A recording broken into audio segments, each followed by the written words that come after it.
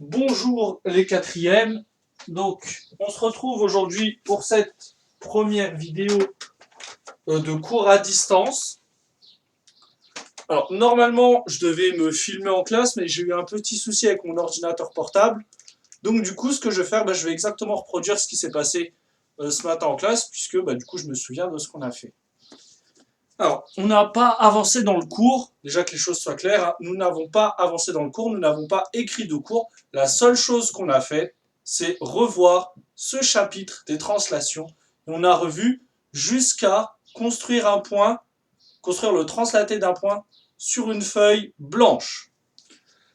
Alors donc, on a commencé bien sûr par rappeler ce qu'était une translation. Donc une translation, on a rappelé que c'était un déplacement.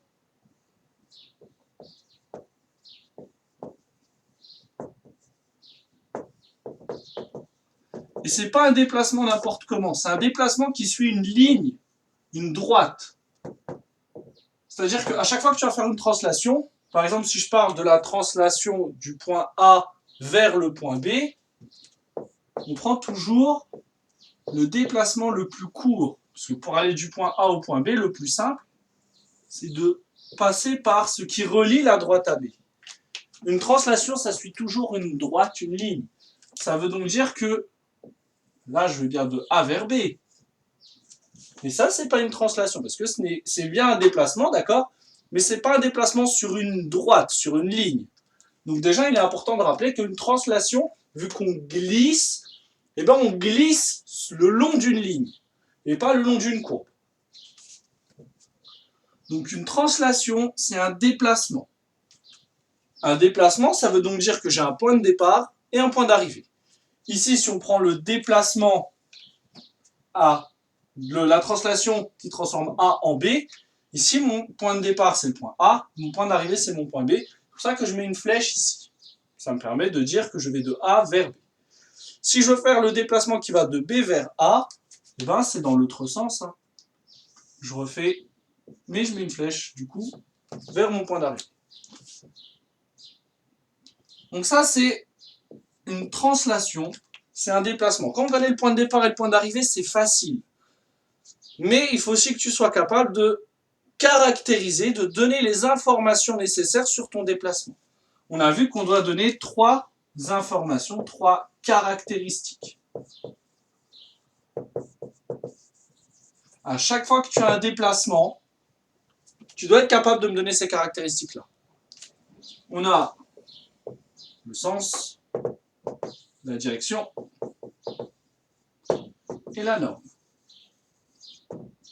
Alors, si on reste sur notre exemple de la translation de A vers B, ou qui transforme A en B, ça comme tu veux. Le sens ici, c'est quoi? C'est tout simplement, je vais de où vers où, d'un point de vue de l'orientation. Parce que je vais de la gauche vers la droite, de haut vers le bas, du bas vers le haut, de la droite vers la gauche.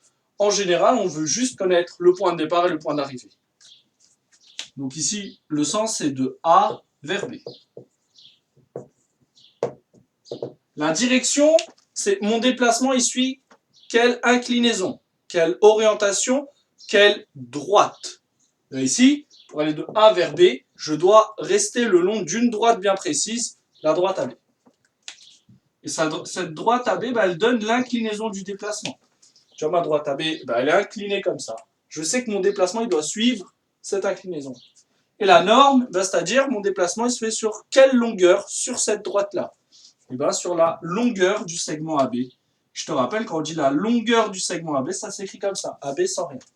La droite AB, ça s'écrit comme ça, entre parenthèses AB. Donc à chaque fois que j'écris entre parenthèses AB, toi tu dois lire la droite AB. Donc on a fait un rappel là-dessus.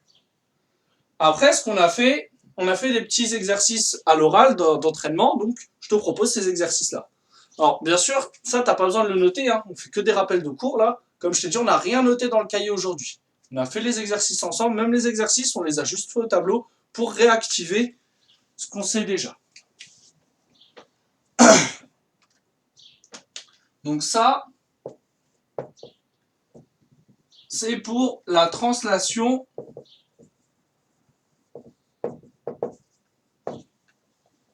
qui transforme A en B.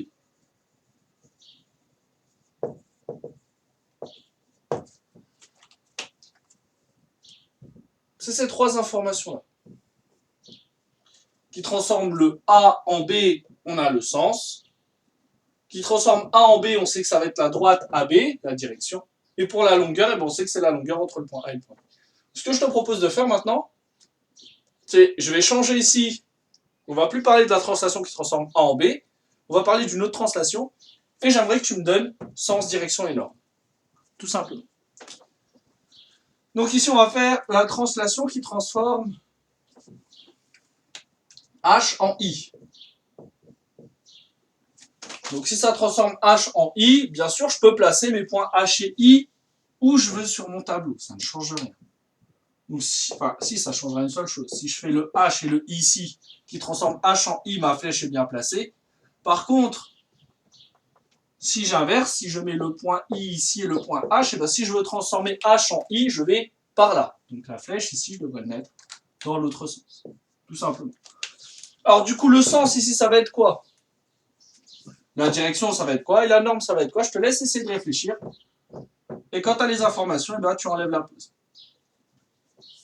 Alors, qui transforme H en I? Eh ben, je vais du point H vers le point I. C'est ça le sens. Le sens, je te rappelle, est caractérisé par le sens de la flèche. La direction, ben, pour transformer H en I, je dois être sur quelle droite? La droite HI. Ou la droite IH, comme tu veux. Une droite, ça peut s'écrire dans les deux sens. La norme, mon déplacement, c'est la longueur du segment HI, qui est la même chose que IH. Hein. Que je prenne la longueur dans ce sens-là ou dans l'autre sens, ça reste une longueur, ça reste toujours pareil. Voilà, donc on en a fait 3-4 comme ça pendant cette heure de cours-là. Et ensuite, on est passé sur une autre écriture. Puisque la translation qui transforme H en I, bah, tu vois, c'est une phrase qui est longue à écrire. Et bien cette phrase-là, c'est la même chose que ça.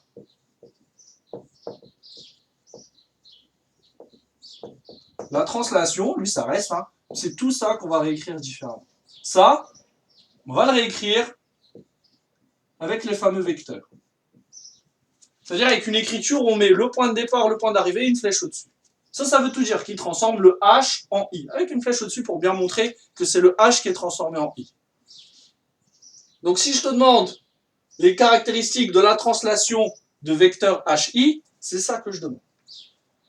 Ok, donc on va essayer de voir si tu as compris. Je vais te demander de me donner les caractéristiques d'une translation d'un vecteur défini. Il faudra que tu me donnes le sens, la direction et la norme.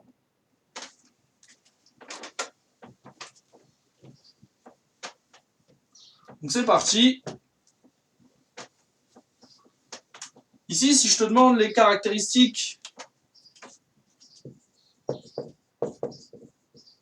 de la translation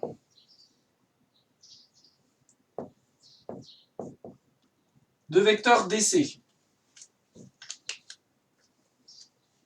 je te laisse me trouver le sens, la direction et la norme.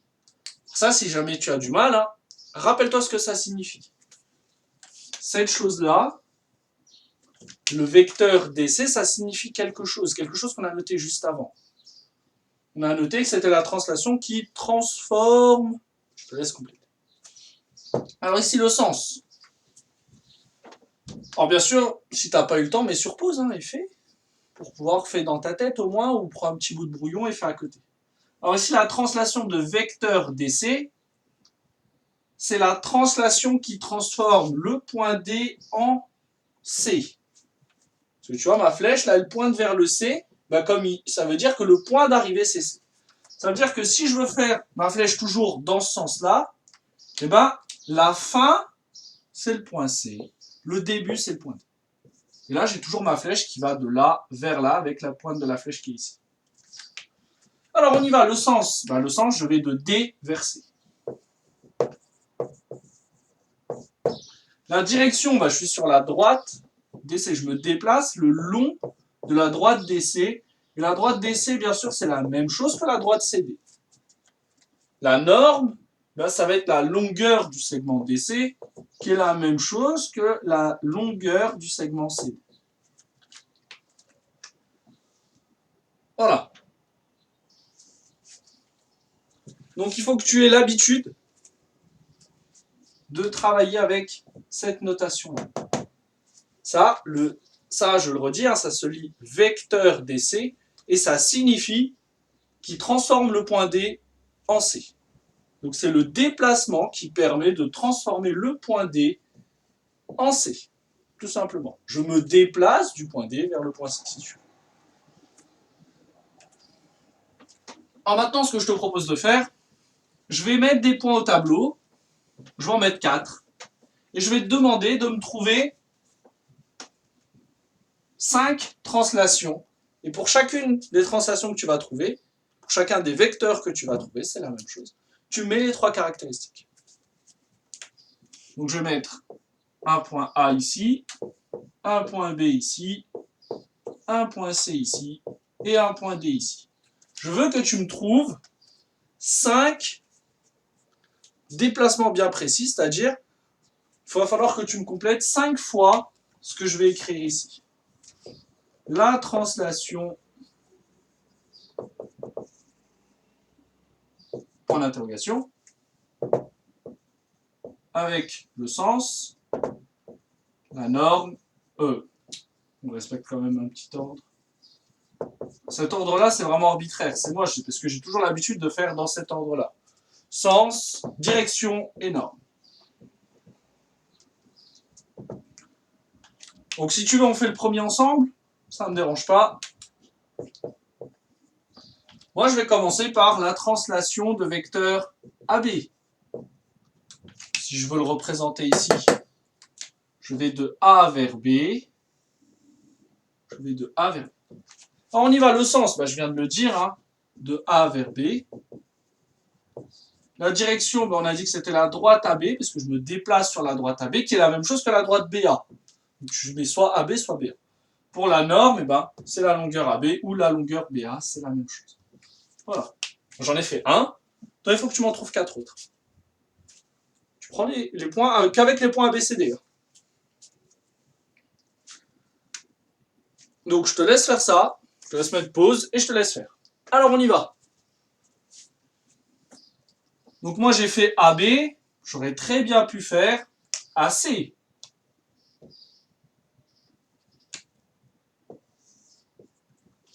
Dans ce cas-là, ici, ça devient la translation de vecteur AC. Le sens, je vais de A vers C.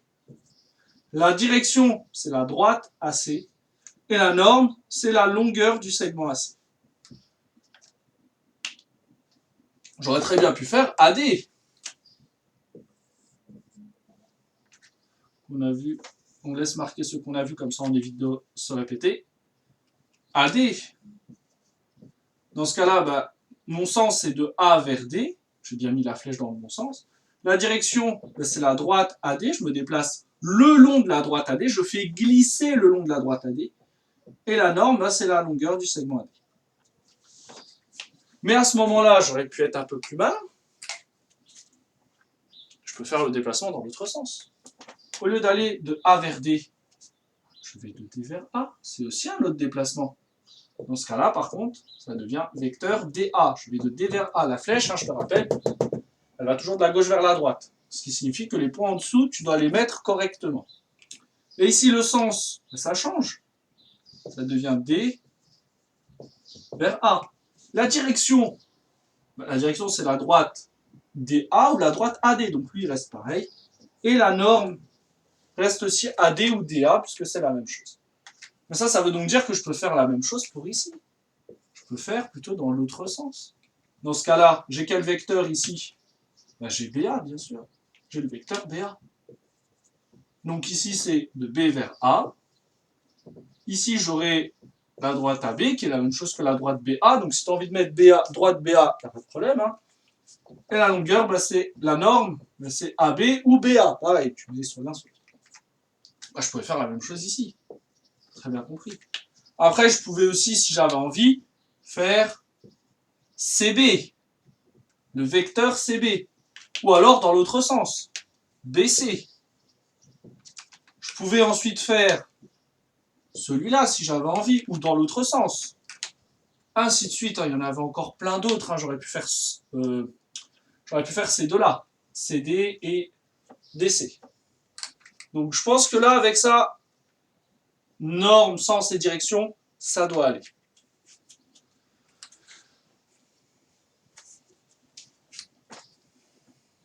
Donc voilà, il faut bien comprendre, la translation, c'est un déplacement. À partir du moment où on va parler de translation, on va forcément parler du vecteur, puisque le mot vecteur, c'est une abréviation de la translation qui transforme temps en temps. Si on veut dire vecteur AB, tout simplement, ça, c'est la translation qui transforme le point A en point B.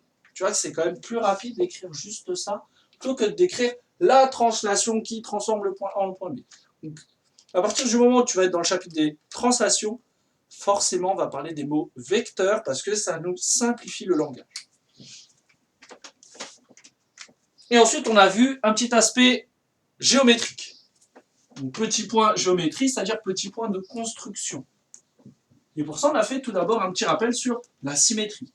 Parce que, alors pourquoi on a fait un petit rappel sur la symétrie? Parce qu'en fait, les consignes, les questions que tu avais dans des exercices de symétrie axiale ou de symétrie centrale, symétrie axiale, je te rappelle, c'est avec une droite, c'est-à-dire c'est quand tu pliais ta feuille. Symétrie centrale, c'est avec un point, donc t'envoyais de l'autre côté du point. Bah, tous les exercices de symétrie axiale ou centrale, en fait, les questions, elles ont une tournure bien précise et on retrouve cette tournure de phrase dans les exercices de translation. Donc, si tu te rappelles un exercice de symétrie, on te demandait de faire de la construction. Ça commençait toujours par, en général, hein, construire le symétrique de bidule par rapport à machin. Bien sûr, on va donner des noms ici. À construire le symétrique de A par rapport à la droite BC. Donc, quand tu vois cette consigne-là, déjà, tu dois être capable de savoir si c'est une symétrie axiale ou centrale. Ici, c'est une symétrie axiale parce que on doit construire le symétrique par rapport à une droite, par rapport à un axe. Ensuite, du coup, quand tu as ce genre de questions, tu dois savoir si tu dois placer, tu dois savoir ce que tu dois avoir comme élément initiaux. Qu'est-ce que tu as besoin au tableau? Qu'est-ce que tu as besoin que je place au tableau pour que tu puisses, toi, répondre à faire cette construction géométrique? Tu as besoin de deux choses. Tu as besoin tout d'abord de ton point A. Il faut que je te le place. Et après, il faut que je te place à droite BC. Comme ça, là, tu peux faire ta construction qui te permet de plier pour retrouver le point A. Ensuite, quand tu vas faire ce symétrique, il faut donner un nom au point. On est d'accord que le symétrique du point A, par habitude, on va l'appeler A'. Ça, on va aussi le retrouver dans la translation. Mais pourquoi est-ce que je te donne cette phrase-là alors que ça n'a rien à voir avec le chapitre? C'est parce qu'en fait, les constructions de phrases, on va la garder. Tu auras toujours construire. Là, on fait plus de symétrie, on fait une translation. Donc le symétrique, il va disparaître. On va le remplacer par un autre mot qui concerne la translation. Il s'agit de translater. Donc quand on dit le translater, c'est la même chose que le symétrique pour la symétrie, alors que nous, notre translaté, c'est pour la translation. Donc, quand tu fais de la symétrie, ton point final, c'est un symétrique. Quand tu fais une translation, ton point final, c'est un translaté. Donc, construire le translaté de A, ici, on n'est plus dans une symétrie axiale, donc ce ne sera pas par rapport à BC. Mais ici, c'est par rapport à une translation. Par rapport... pourquoi j'écris rapport? Par la translation. Et là, il faut donner le vecteur de référence. Nous, on va garder notre BC. Donc, par la translation BC, tu peux aussi avoir par la translation qui transforme B en C. Je t'ai dit que c'était la même chose. Vu que vous êtes en quatrième, on veut être un peu gentil avec vous et on vous dit souvent qui transforme B en C. L'année prochaine, ou dans 2 ans, on vous dira directement par la translation BC, ou même par le vecteur BC directement. Quand tu as cette consigne-là, de la même manière que pour le symétrique, pour pouvoir faire cette construction, pour construire ce translaté, là, tu as besoin du point A et tu as besoin de ton vecteur BC, du coup des points B et C, puisque le vecteur, rappelle-toi, c'est juste ce qui est entre les deux. Donc déjà, quand tu vois une consigne, il faut déjà que tu te poses tranquillement et que tu regardes si tu as bien compris la consigne. Et si tu as bien compris la consigne, en général, tu as tous les éléments tracés en dessous. Si par contre tu as l'impression qu'il te manque des éléments, relis la consigne, c'est peut-être que tu t'es trompé. Donc ici, si tu veux pouvoir faire cette question-là, je dois, moi, ton professeur, tu dois avoir sur ta feuille d'exercice un point A de placer, un point B et un point C de placer. On va les placer comme ça. Et on va essayer de répondre à la question. Donc ici, si toi tu te rappelles comment on fait pour construire le symétrique d'un point, le translaté d'un point, puisqu'on l'a vu, hein, et ben je te laisse le faire. Par contre, je veux que ça soit sur une feuille blanche. D'accord? Je veux pas que tu utilises des carreaux. Parce qu'on a vu dans le cas où c'était une feuille blanche, dans le cas c'était un carreau. Donc je te laisse mettre sur pause et essayer de le faire. Alors du coup, qu'on soit bien d'accord pour comprendre déjà comprendre ça, ce qu'on nous demande. Tu vois, quand on demande de faire la symétrie par rapport à un axe, tu vois, on t'a donné la petite idée de tu plies la feuille. Comme ça te permet de visualiser, de comprendre ce que tu dois faire. Ici, quand on demande de construire le translaté d'un point par un vecteur, il faut que je réexplique aussi ça veut dire quoi, un peu comme le coup de la feuille. En fait, ce qu'on te demande de faire, c'est, tu vois, ça, le déplacement de B vers C, imagine ton doigt, tu le fais plusieurs fois jusqu'à retenir. Voilà, ton doigt, c'est devenu une machine, il sait exactement comment faire. Et bien, il refait la même chose, mais en partant du point A. Et là où il s'arrête, ben, on aura notre A'. Ou alors, si tu préfères, ben, c'est comme si en fait tu prenais un papier calque, tu venais et tu calquais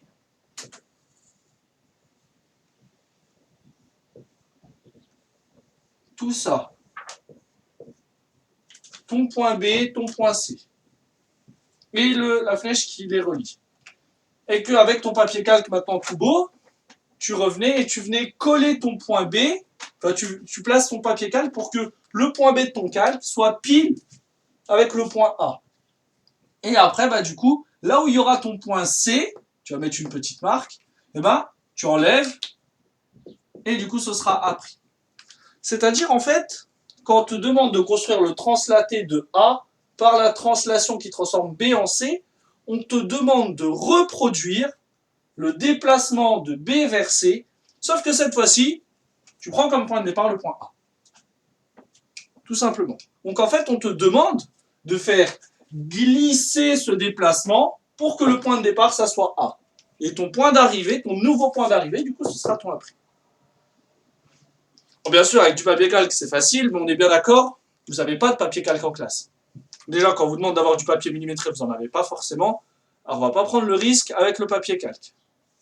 D'autant plus que quand on vous demande du papier calque, il y en a quelques-uns qui les ont et les autres qui ne les ont pas et qui viennent gratter. Donc, on va avoir une méthode justement qui permet d'éviter d'avoir à utiliser le papier calque. Avant de voir cette méthode, on va analyser en fait ce qui se passe entre les deux. Rappelle-toi, hein, notre point A', on l'a obtenu comment? Grâce à notre papier calque. On a pris le papier calque, hop, on a reproduit. Qu'est-ce que tu peux me dire sur ce que je viens de dessiner? Est-ce que je peux mettre du codage quelque part? Je vais pouvoir en effet mettre du codage ici. Cette longueur-là va être la même qu'ici. Qu'est-ce que tu peux me dire d'autre? Il y a encore une particularité. Je t'aide un peu, hein, ou peut-être que tu as déjà trouvé, je t'aide un peu, ça concerne A', A' et BC. À ton avis, si je prolonge BC et A', que je trace les droites, qu'est-ce que tu pourras me dire sur ces droites-là? En effet, elles sont parallèles. Et ben, on va essayer, du coup, de bien comprendre ce que ça signifie. Ici, ça signifie que quand je fais mon calque, eh ben, j'obtiens deux droites parallèles avec cette longueur-là qui est la même que celle-là. Et ben, c'est comme ça qu'on construit un translaté en respectant ces étapes-là. Donc, c'est-à-dire que quand on va te demander de construire un translaté, il va falloir que tu traces dans un premier temps des droites parallèles. Donc ça, on va tracer la droite parallèle ABC passant par A. Je vais m'arranger, bien sûr, que ça soit plutôt joli. Alors, si tu te rappelles plus comment on fait pour tracer des parallèles, rappelle-toi, tu traces la droite BC, tu prends ton équerre, tu traces une première perpendiculaire où tu veux, tant que c'est perpendiculaire à BC. Et après, sur cette perpendiculaire, tu vas te balader avec ton équerre jusqu'à reconstruire une autre perpendiculaire qui passe par A. Tu auras quelque chose pour ce modo comme ça. Ben là, tes deux droites sont parallèles. Pourquoi? Parce que tes deux droites-là sont perpendiculaires à celle-là, donc elles sont parallèles entre elles. Donc si tu ne te souviens pas, voilà comment on fait pour tracer des parallèles. Bon, maintenant, on a notre droite parallèle, c'est super. On a dit, rappelle-toi, quand on a décalqué, il nous fallait des droites parallèles, mais il nous fallait aussi autre chose. Il fallait la même longueur. Et bien, il ne me reste plus qu'à reporter la longueur BC à partir du point A. Sauf que là, je me trouve avec un petit problème. Parce que, imaginons cette longueur-là, c'est 4 cm. Je peux reporter 4 cm ici. Mais je peux reporter 4 cm de l'autre côté aussi. Du coup, c'est lequel que je vais prendre? Forcément, il apparaît évident que c'est celui-là. Mais pourquoi? Eh bien, parce que quand on va décalquer, on va venir poser notre calque de telle manière que ça soit le point B qui soit au niveau du point A. Donc l'autre, il ira pareil vers le haut à droite. Il ira dans le même sens. Et si tu fais ça, eh ben, tu vas forcément respecter tes trois caractéristiques. Si je parle de la translation AA' ou de la translation de vecteur BC, j'aurai les mêmes informations pour chaque caractéristique. Les deux auront le même sens. Parce que les deux vont de en bas à gauche à en haut à droite. En bas à gauche, en haut à droite. Ils auront la même direction. Pourquoi? Parce qu'ils sont inclinés de la même manière. Comment on sait qu'ils sont inclinés de la même manière? Parce que j'ai deux droites parallèles. Si les droites sont parallèles, c'est qu'elles sont inclinées pareil. Et j'ai la même norme, puisque les deux segments ont la même longueur. Donc en fait, quand on construit des translatés, on fait en sorte de reproduire exactement le même déplacement, mais avec un autre point de départ. Si c'est le même déplacement, ça veut dire que du coup, je dois avoir la même direction, le même sens et la même norme. Ok. Et du coup, à ton avis, bon, maintenant je vais pouvoir effacer ça. Donc je vais garder mon point, je vais refaire ici une petite translation rapide. Je vais un peu effacer pour aérer un peu le tableau. Donc on avait quoi? On avait le point A. On avait réussi à mettre le point A'.